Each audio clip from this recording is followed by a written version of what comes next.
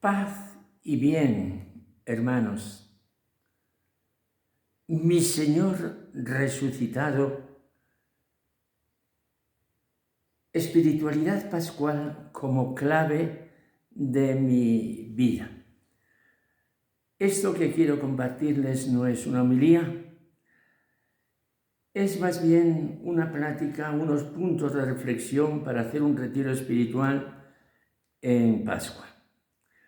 Hoy les hablo desde México, en este momento en la Ciudad de México, aquí en una pequeña capilla interna de los hermanos capuchinos que viven en esta ciudad, en una casa de formación, Ciudad de México, Colonia de las Águilas. Les hablo de nuevo desde México, es lugar habitual de mi residencia, después de más de 2 años de ausencia. Esto es un sencillo paréntesis. Yo iba camino de Jerusalén para una estancia prolongada, pero la pandemia me ha detenido en Madrid más de año y medio, de modo que mi estancia en Jerusalén ha sido reducida a 4 meses, algo menos. Y hoy puedo retornar con alegría a México, donde vivo desde hace 20 años y donde ejerzo mi ministerio. Hoy, día 3 de mayo, en México es la fiesta de la Santa Cruz.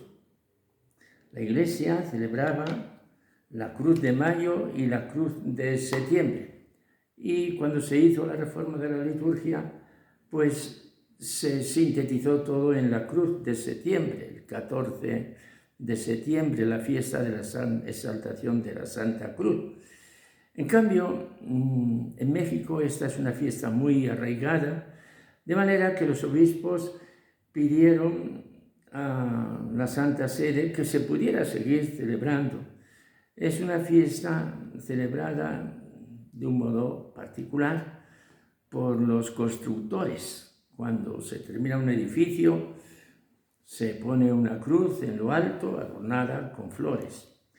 Y hoy, pues después de la celebración de la Santa Misa, he bendecido las cruces que han traído tantas familias, cruces sencillas, cruces adornadas con flores. Al final de todo, un joven ha entrado a la sacristía.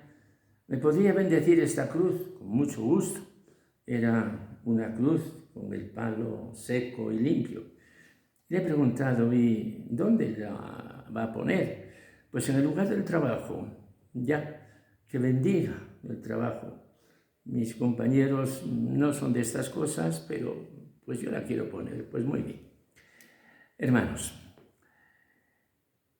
el tiempo de la Pascua es el tiempo más hermoso del año, y lo mismo que durante la Cuaresma, pues está muy bien hacer un retiro espiritual para intensificar la vivencia cuaresmal.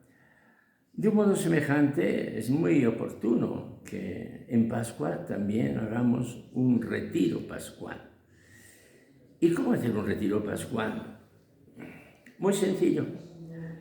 Yo podría tomar una de las escenas de aparición de los evangelios y con humildad, con sencillez, con una previa explicación, penetrar en ella y dejarme conducir por el Espíritu. Y es todo tan bello y tan divino. Imaginémonos, Jesús aparece a María Magdalena. María Magdalena se lanza a los pies del Señor y los quiere detener. Y Jesús al fin le dice, basta, ya, no me toques, que no he subido todavía a mi Padre. Pero ¿cómo se explica esto? Jesús, en el instante en que muere, pasa al destino eterno, no va girando por espacios astrales. Pero en esta familiaridad que nos se quieren inculcar los textos bíblicos, Jesús, que ahora es el esposo de la enamorada, le habla con estas palabras. Y comienza uno a pensar ¿Cómo le conoce María? ¿En qué momento? Creyó que era el hortelano y solo cuando dijo María, y no tuvo necesidad de cambiar la cara ni de transformar la voz, sino fue en su corazón. Comienza uno a pensar en esta escena y se le ocurren muchos pensamientos de tipo personal que los guía el Espíritu Santo, y así puedo hacer yo mi retiro. Pues bien, hermanos, yo les propongo aquí un retiro que he escrito, sencillamente me han pedido mis hermanos y con mucho gusto. Y lo pueden ver escrito en el sitio correspondiente de este mensaje o de esta grabación que hago.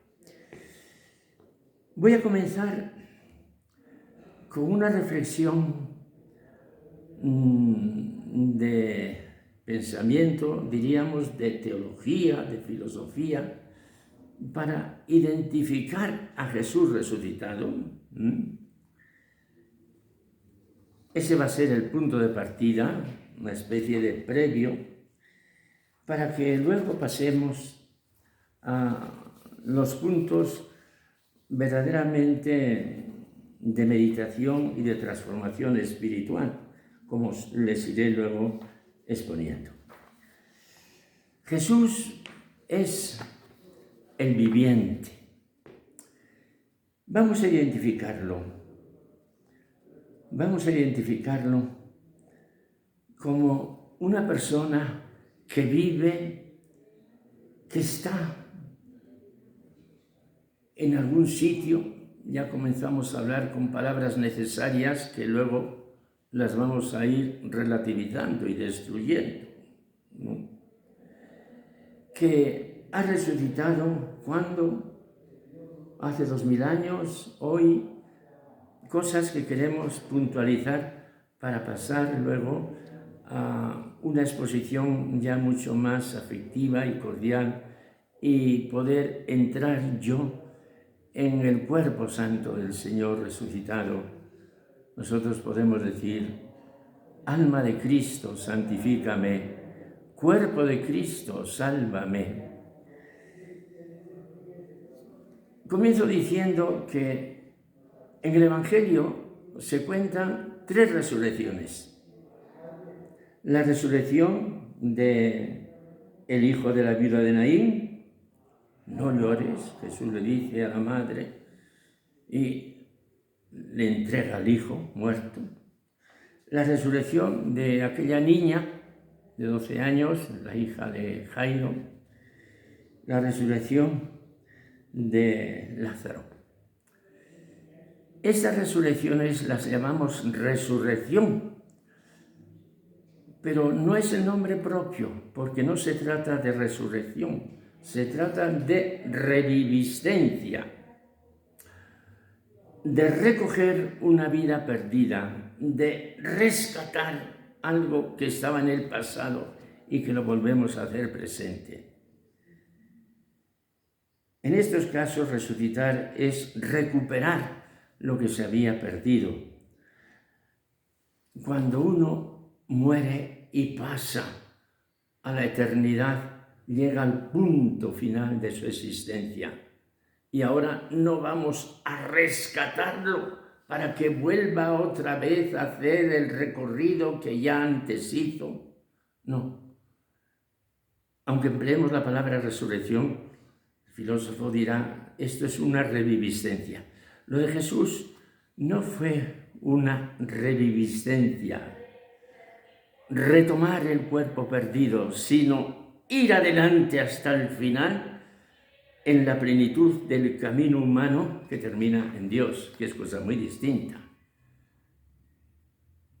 En esta perspectiva, la muerte, hermanos, es la última posibilidad de amor que al ser humano se le concede. Es el tránsito hacia lo infinito. La resurrección de Jesús se puede expresar de 2 maneras diferentes y así lo emplean la Sagrada Escritura.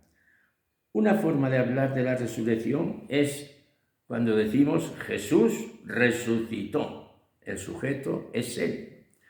Otra forma es a la inversa, cuando decimos Dios resucitó a su Hijo.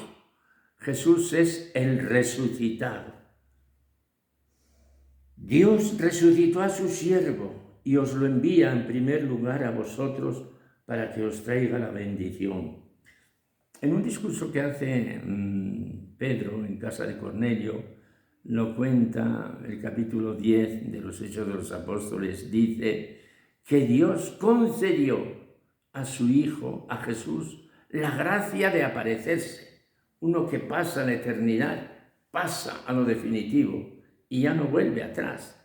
Pero Dios le concedió la gracia de aparecerse. Y Jesús se aparece y usa las formas de la experiencia humana. Tocadme, palpadme, ved que un espíritu no tiene cuerpo. ¿Tenéis algo que comer? Nosotros que hemos comido y bebido con Él. ¿Qué es lo que esto significa? Porque una vez dijo Jesús, cuando le dijeron a propósito de una mujer que había tenido, hipotéticamente, 7 maridos, ¿cuál va a ser su marido allí? Dice, es que allí no hay maridos. Aquello es otra cosa completamente diferente. Y sin embargo, para meter en nuestro corazón una experiencia que podemos disfrutar, Jesús se aparece, visible, palpable, les mostró las manos y el costado. ¿Cómo les mostró el costado? Dentro de tus llagas escóndeme, decimos nosotros. Pues bien, la identidad de Jesús es nueva. Pero Dios le concede que a través de esos signos visibles nosotros podamos entrar en Él, en lo que va a ser nuestro destino definitivo. Entonces Jesús se convierte en el viviente. Dios es el santo, el todo otro. Dios es el viviente. Y tantas veces en el Antiguo Testamento, así en los Salmos, a propósito de los ídolos, tienen ojos y no ven, tienen oídos y no oyen, tienen lengua y no hablan. ¿Qué son? Representaciones, son muertos. Pero Jesús no, Jesús vive. Jesús es el viviente. Bueno, pues si Jesús es el viviente, ahora le vamos a preguntar 2 cosas. Señor,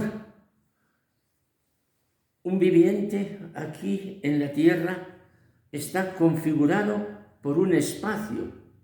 Aquí me he recogido en un espacio tranquilo, donde no hay ruidos.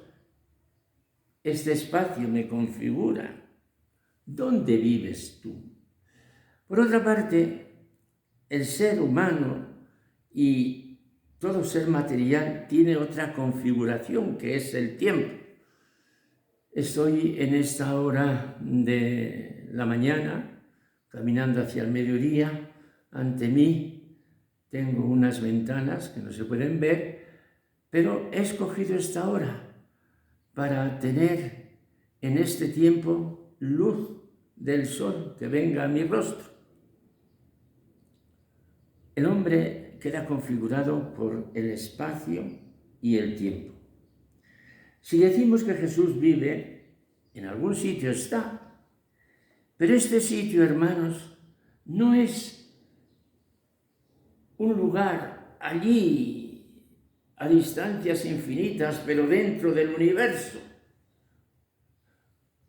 Cuando uno abre algún libro de astronomía y ve dimensiones de los planetas, dimensiones de las galaxias, uno dice, ¿pero qué es la Tierra? Es un granito de polvo en medio del universo. ¿Dónde está Jesús? Jesús, esta es la respuesta, está en Dios. Jesús está en Dios y su propia sustancia es el mundo nuevo que comienza. Jesús traspasa el espacio con el cual nosotros medimos las cosas. Y hay otra cosa. El tiempo es una dimensión de la realidad, es un modo de ser. ¿Cómo se mide? ¿Cuándo es ayer? ¿Cuándo es hoy? ¿Qué es la eternidad? ¿La eternidad es acaso un antes, una hora y un después? El tiempo al infinito lo llamamos eternidad, pero debemos salir de esta realidad corpórea para entrar en el hoy de Dios que no se mide por el momento de nuestro tiempo. La eternidad que de alguna manera podríamos llamarnos, para entendernos, el tiempo de Dios, pertenece al ser constitutivo de Dios. Dios, Jesús resucitado, ¿dónde está? Está en Dios. ¿Y en qué tiempo resucitó? Hace 2000 años. Sí y no. Jesús ha resucitado hoy. Y yo puedo decir, hoy he visto al Señor como María Magdalena y me ha dicho esto, porque el tiempo de Dios no se mide por nuestro tiempo. Hermanos, son consideraciones que uno hace para poder dar una determinada configuración a los pensamientos que ahora queremos desarrollar. Pues bien, con este tipo de preámbulos, de reflexión, pasamos ahora a la interioridad misma de lo que queremos explicar, ¿no? Y ahora, apoyándome en el lenguaje de San Pablo, voy a expresar esta exposición, mi yo en Jesucristo. San Pablo, ¿cómo define al cristiano? ¿Qué es ser cristiano? Es ser en Cristo Jesús. Ser en Cristo Jesús. ¿Qué quiere decir eso? Yo recuerdo los antiguos manuales de teología que estudié de joven, ya hace 62 años que fui consagrado sacerdote.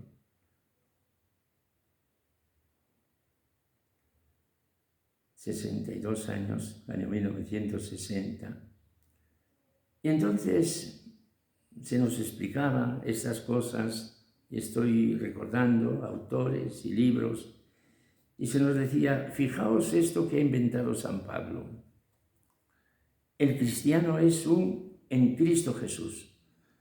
El conjunto de cartas paulinas son 14, hoy se dice son menos, porque estas cartas que se atribuyen a San Pablo son de la escuela de San Pablo, son problemas de tipo científico que ahora no nos interese. En estas cartas aparece más de 160 veces, no puedo decir con exactitud si son 163, 64, 65, la expresión en Cristo Jesús o sus equivalentes, en Jesús, en Él, en el cual, en quien. San Pablo define al cristiano diciendo que es un en Cristo Jesús.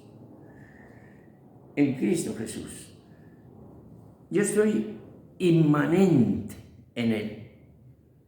Yo soy en Cristo Jesús. Y esto se aclara también con otra expresión que San Pablo ha tenido que inventar rompiendo toda la gramática. Él ha cogido la expresión con para decir que yo estoy con Cristo, pero no al lado de Cristo, no, compenetrado con Cristo en una sola realidad. O sea, aquí la física y la ciencia se rompe con todas sus consecuencias. Y San Pablo se ha inventado una serie de palabras, unas 12 palabras, para decir cuál es esta unidad de esencia. Convivir. ¿Qué significa convivir? Pues en nuestro lenguaje, oye, pues yo estoy conviviendo con mi hermano, con mi familia, estamos en una misma casa, pero cada uno lo suyo. No, eso no es convivir con Cristo, sino tener la vida con Cristo. ¿Qué es compadecer? No es sentir pena, sino que el sufrimiento de Cristo es sufrimiento mío y que yo estoy en esa unidad, pues que no tiene ninguna comparación con lo que nosotros sentimos. Somos coherederos de Cristo si compadecemos con Él para ser con Él conglorificados. ¿Qué es conglorificar? Pues exactamente lo mismo, hacer unidad en la gloria. ¿Qué es conmorir? Se muere mi padre, se muere mi madre, se muere mi hermana, se mueren ellos. Un día me llegará a mí, pero cada uno se muere solo.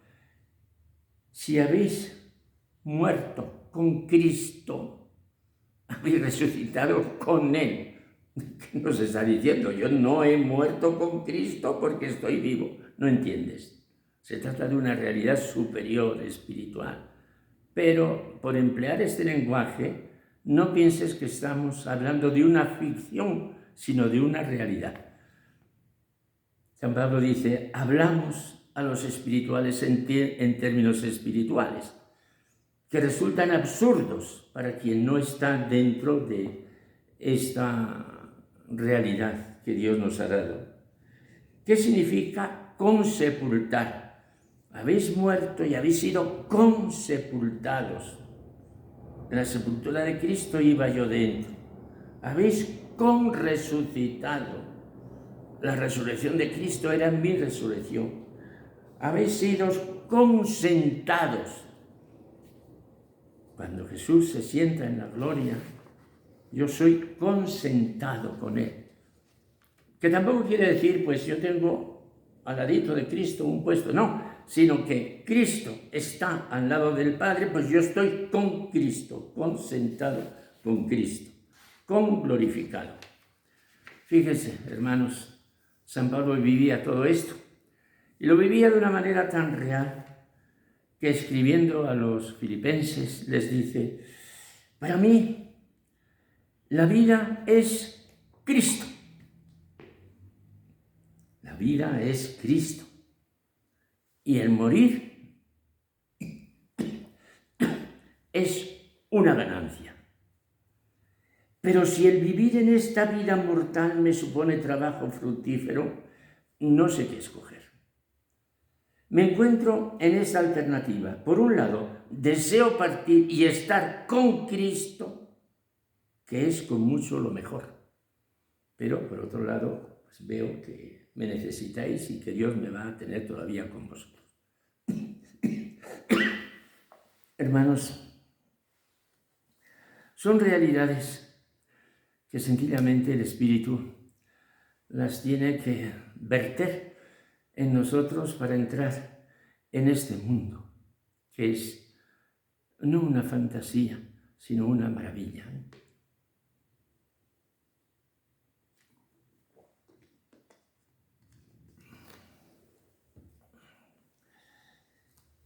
Pues bien, nosotros quisiéramos vivir estas realidades. ¿Cómo hacerlo? ¿Qué libros leer? Bueno, estas realidades están expresadas aquí, en la Sagrada Escritura. Pero resulta que la Escritura va a parar a la liturgia.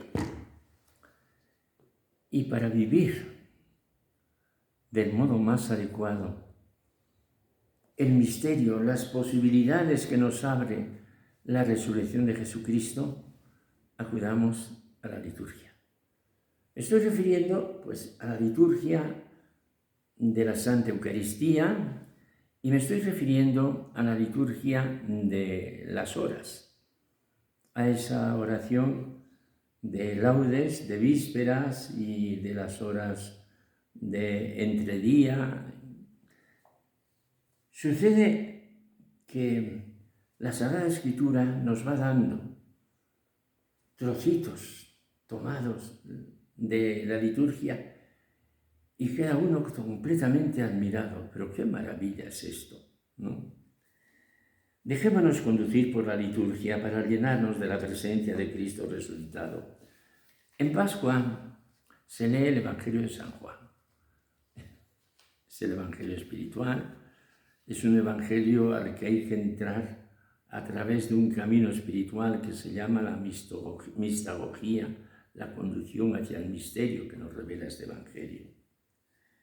En la liturgia de las horas encontramos lecturas breves, que son retazos de la Escritura que se ha tomado pues de la primera carta de San Pedro, de los Hechos de los Apóstoles, del Apocalipsis. Y uno lee ese trocito y dice, me basta para meditar ya. No hace falta que me lo expliquen. El Espíritu de Dios es el que me va llevando por ahí dentro. En la liturgia tenemos esas pequeñas antífonas, son trocitos breves para introducir un salmo, una frase que nos interesa resaltar porque es un toque que de pronto te ilumina un aspecto de la resurrección. En la liturgia tenemos unas preces que están muy bien hechas para que el misterio de la resurrección vaya derivando hacia las necesidades del mundo y de la Iglesia y a las nuestras, de nuestra propia comunidad. En la liturgia de Pascua, una sorpresa. No se lee el Antiguo Testamento. ¿Cómo? En la misa siempre la primera lectura pues es el Antiguo Testamento, la segunda las cartas de los apóstoles y la tercera los evangelios.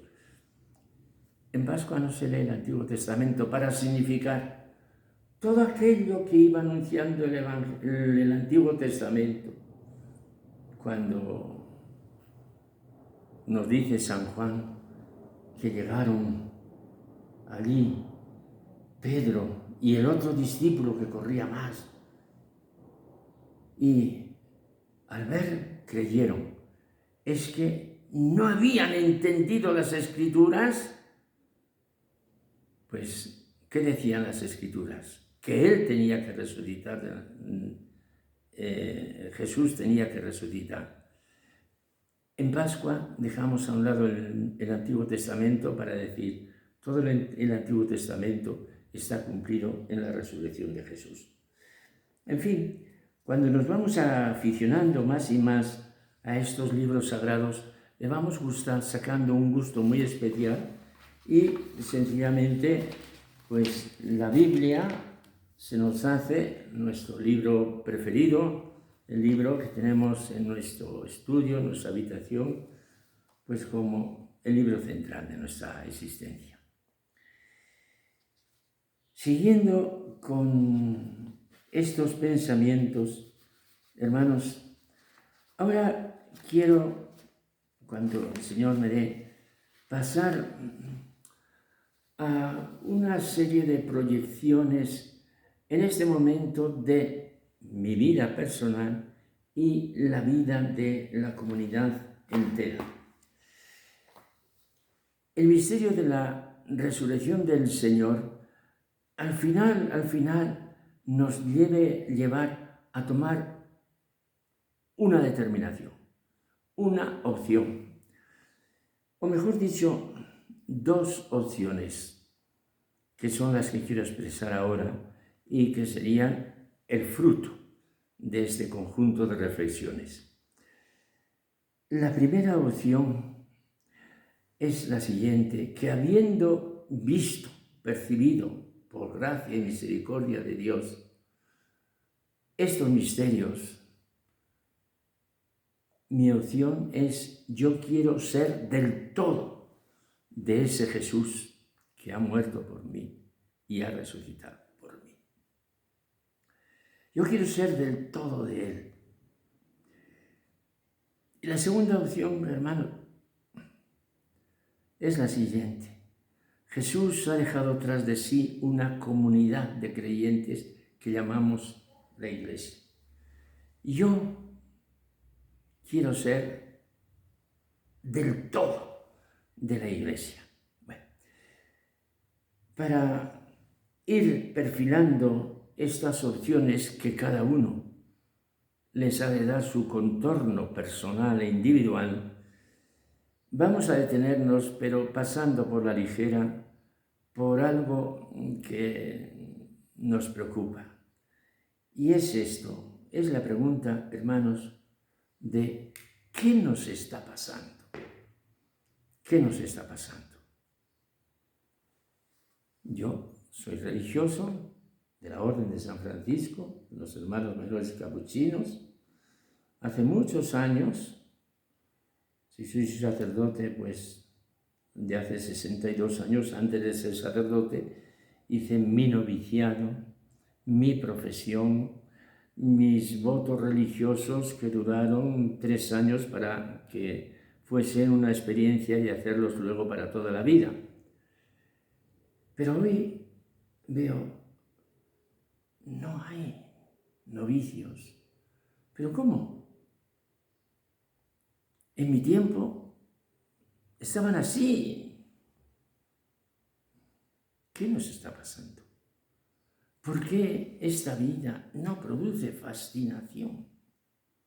¿Qué nos está pasando? Que uno lee los periódicos y te dan unas informaciones y hay una agencia estadística que hace evaluaciones de todo y evaluaciones también de la religión. ¿Es usted católico? No. ¿Cómo se define usted? Agnóstico. Y resulta que los católicos van bajando. Resulta que los agnósticos van subiendo. Entre la juventud, yo no necesito a Dios para explicar la vida. La vida es lo que es una aventura, es un trance.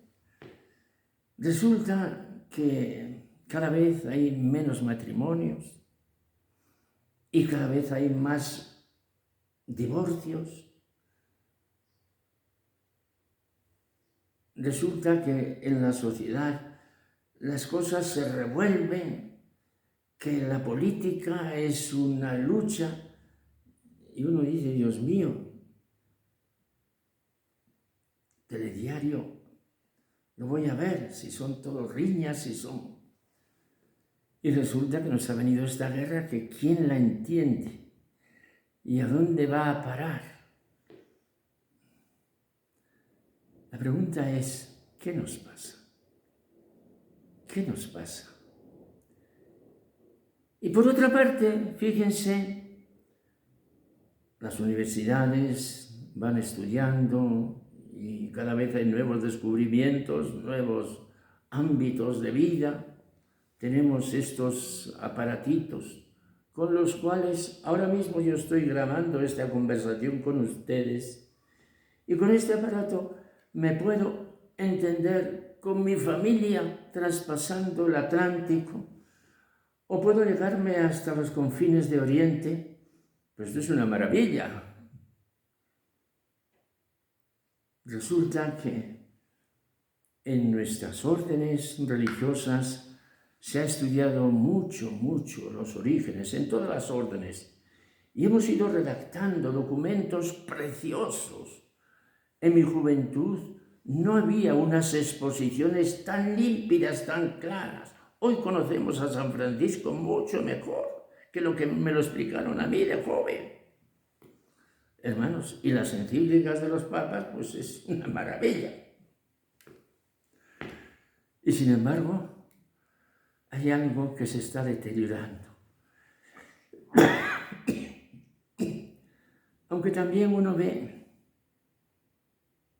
por una intuición del Espíritu, que creo que también en mí está el Espíritu, como decía San Pablo, que en la Iglesia en lo escondido, se va gestando algo hermoso, algo bello, y que a lo mejor Dios cuenta conmigo mismo, contigo que me estás escuchando, para que eso bello salga a flote. Pues bien, en este panorama que tenemos delante, y ya en plan de retiro espiritual, nosotros, como humildes creyentes, vamos a tomar dos opciones.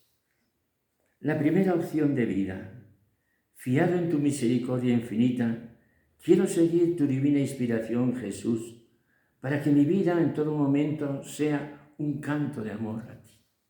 ¿Quién me impide a mí que toda mi vida sea completamente del Señor? Nadie me lo puede impedir. No juzgaré, no discutiré, no porfiaré, tan solo quiero ser aliento de amor para ti y para mis hermanos. ¿Quién me lo puede impedir? ¿Quién te lo puede impedir? Te estoy diciendo. Concédeme que toda mi vida sea de nuevo embellecida por tu presencia amorosa del Señor resucitado. Y en tu ternura y misericordia concédeme la perseverancia hasta el final, hasta que me des aliento de vida. Estoy, hermanos, en mis 85 años ya cumplidos hace unos meses. Este es el punto clave, el punto cenital de un retiro espiritual en Pascua. Y aquí, pues, puede dilatarse este pensamiento en muchas consideraciones, porque cada uno de nosotros somos únicos e irrepetibles. Esto le gustaba decir a Juan Pablo II. Dios nos ha pensado a cada uno como único y como irrepetible.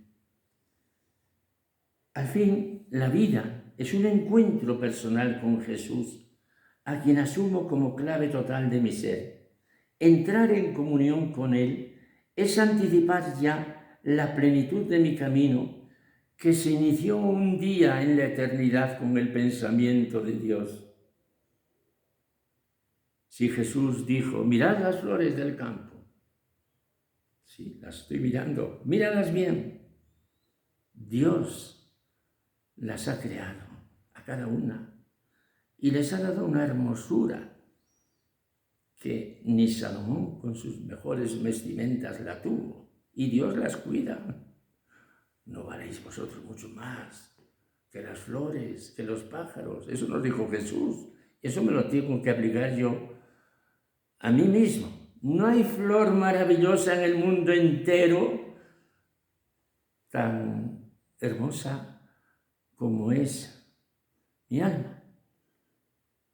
A nadie ha querido Dios en el mundo universo, en esas galaxias. A nadie como me ha querido a mí.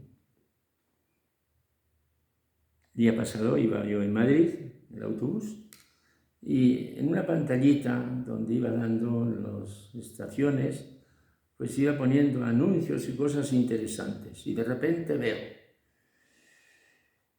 el agujero del universo, el agujero negro que llaman, es 12.000 millones de veces mayor que el Sol. Dios mío, qué cosas hay por ahí. Todo eso no vale tanto como vale mi corazón. Dios me ha querido a mí más que todas esas maravillas que andan por espacios sin límites. Pues bien, ahora cada uno, tomando su vida, la puede poner ante el Señor. Y yo les voy a indicar aquí algunos puntos como simple orientación. Yo puedo mirar a mi pasado y puedo mirar a mi futuro. Mirando a mi pasado desde mi intimidad invulnerable, anhelo que el misterio de Cristo resucitado ponga paz en mí. Este es el saludo del resucitado, la paz con vosotros. Señor, tú me ofreces yo quiero que mi corazón esté en paz contigo. Y yo puedo decirle al Señor, te voy a presentar una serie de puntos para que los escuches y me los concedas. Primero, yo quiero, Señor Jesús, tener la conciencia plena de haber sido del todo perdonado. Que mirando a mi pasado yo diga, Dios mío, todo está en paz, todo. Segundo, yo quiero, Jesús, tener la conciencia de que mi vida, la vida de todo lo que ha ido sucediendo, páginas que uno a lo mejor quisiera romper, no rompas nada. Que todo está en la armonía de Dios. Bien. Tercero, yo quiero tener la conciencia de que caminando por esta vida, en medio de todas las dificultades, soy una persona feliz, porque Dios nos ha hecho para que disfrutemos de la vida, pese a que los años me están afectando, ya no es como antes, tengo dificultades, Dios mío.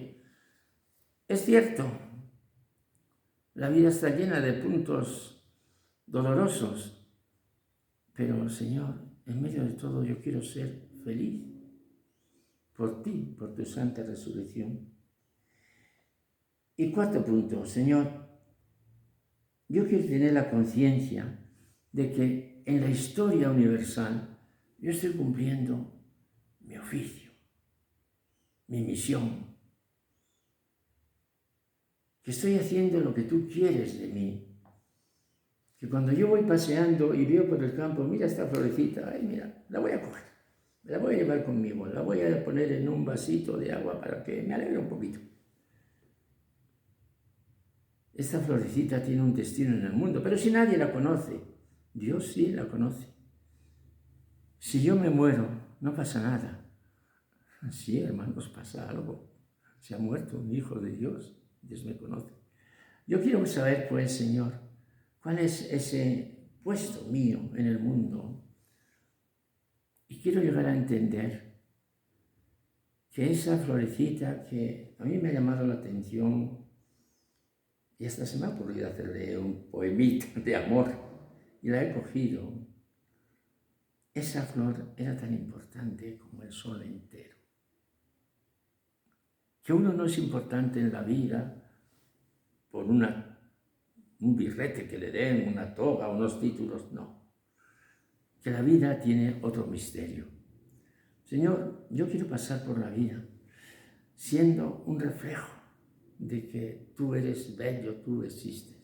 Bueno, así pues, en este retiro, hermanos y hermanas que hipotéticamente me seguís, podemos hacer una recuperación de toda nuestra vida y un saneamiento total y luminoso que nos deje en paz. Dejemos las cosas donde están, como ha sucedido, pero veamos que todas han quedado iluminadas por la presencia del resucitado. Pero yo quiero mirar a mi presente inmediato y a mi futuro. Pero quiero mirarlo desde esa luz que me viene. Abro el libro del Apocalipsis y en el capítulo 5 me encuentro. Y escuché a todas las criaturas que hay en el cielo, en la tierra, bajo la tierra, en el mar, todo cuanto hay en ellos, que decían, fíjense, escuché que decían, al que está sentado en el trono y al Cordero, la alabanza, el honor, la gloria y el poder por los siglos de los siglos. Todo el mundo era un canto de alabanza para el Señor. Esto, hermanos, es una visión muy espiritual, pero es real. Y los 4 vivientes respondían, amén. Y los 24 ancianos que rodean allí, según la visión primera del Apocalipsis, al Dios Todopoderoso y al Cordero, y los 4 ancianos se postraron y adoraron. Bueno, quiero pues que mi vida tenga un sentido iluminado. Y para eso yo le voy a pedir al Señor sus dones. San Pablo dice que Jesús subió a los cielos y desde allí va repartiendo sus dones. Una palabra divina de la Escritura es suficiente para que actúe en mí como un encuentro, como una llamada, como una misión. Pensando al escribir estas cosas en una fraternidad franciscana, yo le recordaba a San Francisco. San Francisco, hijo de un comerciante, fue visitado por la enfermedad. Aquello le hizo reflexionar. Y en un sueño Dios le dijo: oye, Francisco, ¿quién te va a recompensar mejor? ¿El Señor o el siervo? Y aquello le cambió. Bueno, y resulta que entró en una ermita a escuchar la Santa Misa y oyó aquellas palabras, no sabemos de cuál de los evangelios era, cuando Jesús envía en misión o a los apóstoles o a los 72. No llevéis nada para el camino, ni oro, ni plata, ni moneda, o sea, ningún tipo de dinero. Que hay alguien que os alimenta. Y pues San Francisco, pues, le preguntó al sacerdote: ¿qué quiere decir esto? No sabemos quién era el sacerdote, pero sería pues un sacerdote corrientino, una ermita perdida a 2 kilómetros de Asís, está todavía metida dentro de una iglesia grande. Pues le explicó pues lo que puedo explicarle. Pues mira, Dios dice que nos podemos fiar de Él, bueno, lo que le explicara. Y entonces San Francisco: esto era lo que yo quería, esto es lo que Dios quiere de mí. Y halló en unas palabras del Evangelio el sentido de su vida. Y tantas personas, cuando han leído aquel texto del Evangelio, dicen: ya está claro, esto me ha convencido. Pues hermanos, nosotros podemos pedirle al Señor, así como le dio a San Francisco el don de la pobreza por una palabra de la Escritura, podemos pedirle al Señor que nos dé el don de las Escrituras. Y de San Lucas, capítulo final de su obra, tiene 24, digo el Evangelio, que Jesús les abrió las Escrituras, les abrió el entendimiento para que comprendieran las Escrituras. Y este libro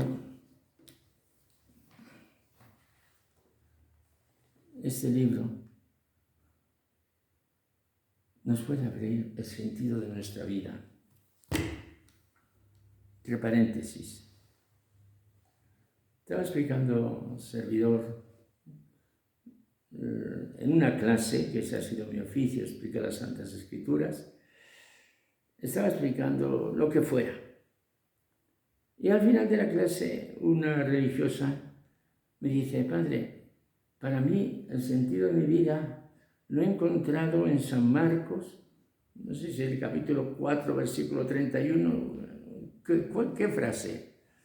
Pues una frase cuando Jesús les dice a los apóstoles: venid, pasemos a la otra orilla. Bueno, pues venid, pasemos a la otra orilla.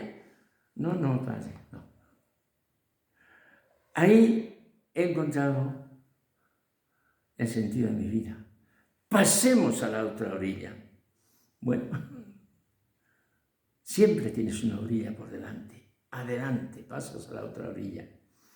Bueno, pues pasaron un tiempo, unos meses, y esta religiosa hizo sus votos perpetuos para toda la vida. Y sacó un papelito para repartir los cantos de la misa, en fin. Y puso: pasemos a la otra orilla. Eso es mi vida. Paso a la otra orilla. Hombre, pero esta frase, oye, está dicha para esta circunstancia, lo que sea. Para mí ha sido la revelación. Hermanos, esto es muy hermoso. ¿Qué le puede decir un maestro de escritura? Pues mira, te agradezco la confidencia, creo que tienes razón, pero claro, cuando yo explique este pasaje de San Marcos, les diré que esa frase significa que vayamos a través del lago de Galilea a la otra orilla. Ya está. No, esa frase Jesús me la dijo a mí, pasemos a la otra orilla. Pasemos juntos, que la dice en plural. No yo. Pasemos juntos. No tengas miedo. A la otra orilla. Hermanos, la Sagrada Escritura no es un juego de palabras, evidentemente. Es la inspiración del Espíritu. Entonces, pensando en mi vida, pensando en Jesús resucitado, hablando con Él, yo le quiero decir al Señor, pues, Señor, veo a San Francisco y le has dado el don de la alabanza. Le has dado el don de la sencillez.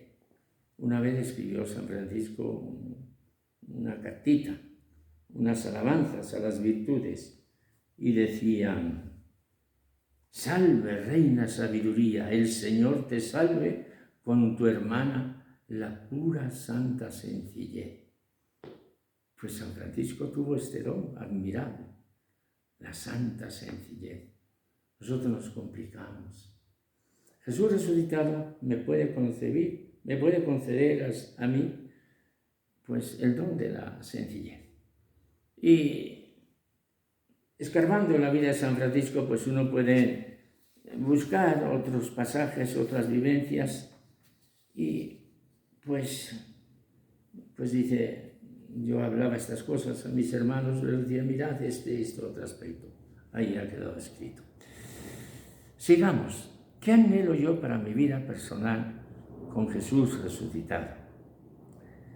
Y acabo de decir que anhelo ser iluminado por las Sagradas Escrituras.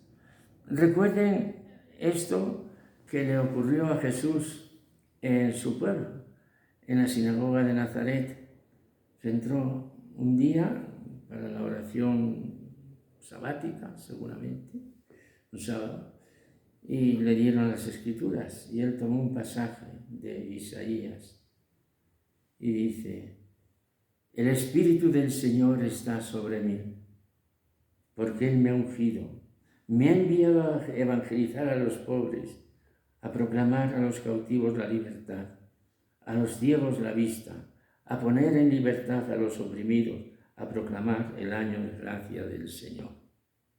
Y enrollando el rollo, devolviéndole al que ayudaba, se sentó. Toda la sinagoga tenía los ojos clavados en él, y él comenzó a decirles: hoy se ha cumplido esta escritura que acabáis de oír. Este soy yo.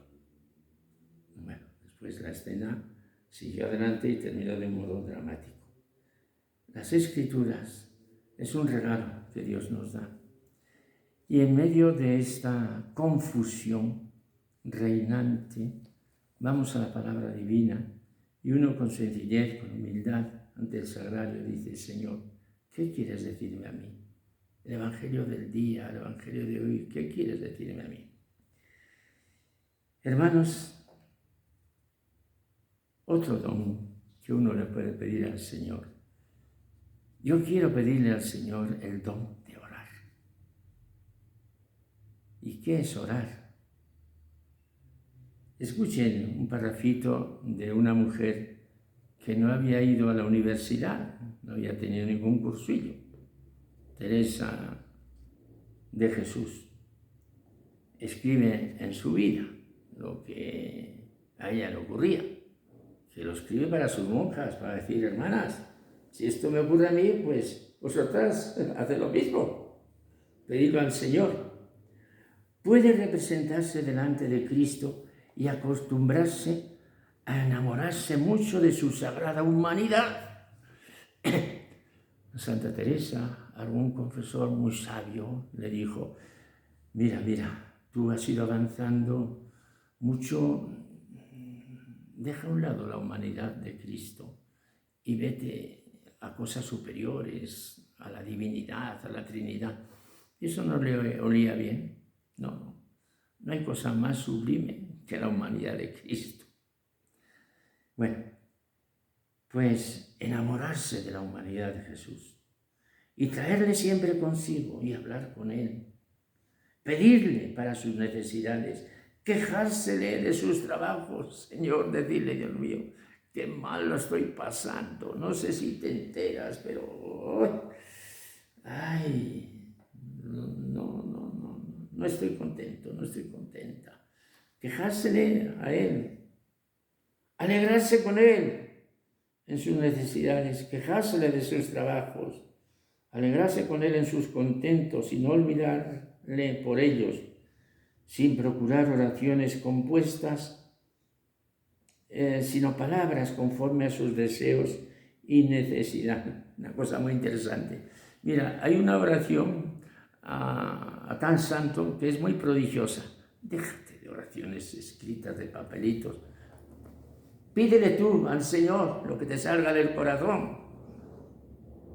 Es excelente manera de aprovechar y muy en breve. Y quien trabajara a traer consigo esta preciosa compañía y se aprovecharse mucho de ella y de veras cobraré amor, y de veras cobraré amor a este Señor a quien tanto debemos, y yo le doy por aprovechar. De manera que yo le puedo pedir al Señor el don de la oración constante, de día y de noche. Con Dios me acuesto y con Dios me levanto. Pero el Señor me dice: sí, yo te lo quiero dar, pero haz algo también tú, esfuérzate, algo, y yo te lo doy. Esto nos lo da Jesús resucitado. Y luego Santa Teresa pues pudo escribir y explicarnos la oración. ¿Qué habría sido para ella? Pues una cosa es la oración vocal, otra cosa es todo ese proceso de la oración mental que va de etapa en etapa. Hay una etapa de recogimiento, o bien un recogimiento que uno lo fabrica por sí mismo, o un recogimiento infuso. Una oración de quietud, de apaciguamiento total, de armonía. Una oración de unión que es ya pues un matrimonio espiritual con Jesús. Ahora, eso es lo que explicó Santa Teresa. Y yo le digo: bendita tú, doctora de la Iglesia. Pero te respeto, incluso te voy a estudiar, pero mi maestro de oración no vas a ser tú. Y el maestro de oración va a ser únicamente Jesús. Ya está. Y hermanos, si queremos expresar deseos personales que uno lleva en la vida, según los diversos temperamentos, pues aquí es donde tenemos plena libertad para manifestarle a Jesús algo muy íntimo que a lo mejor a ninguna persona se lo pudiéramos manifestar porque no nos entendería del todo. ¿Qué es ese mundo afectivo que cada uno lleva en su corazón, hermanos?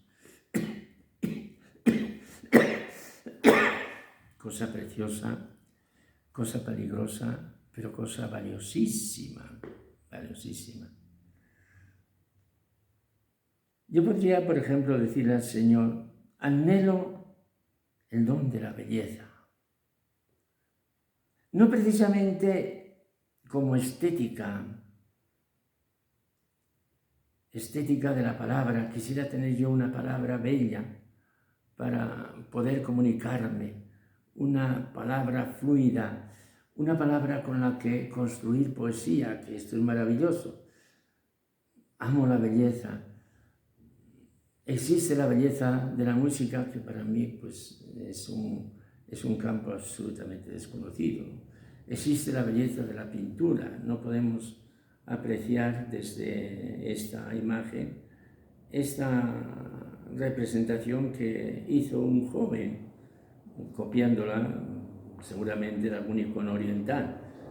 Me he querido poner delante de esto. No es un cuadro, esto es la puerta del sagrario. Es una maravilla que uno pueda tener esa capacidad de representar la belleza a través del color.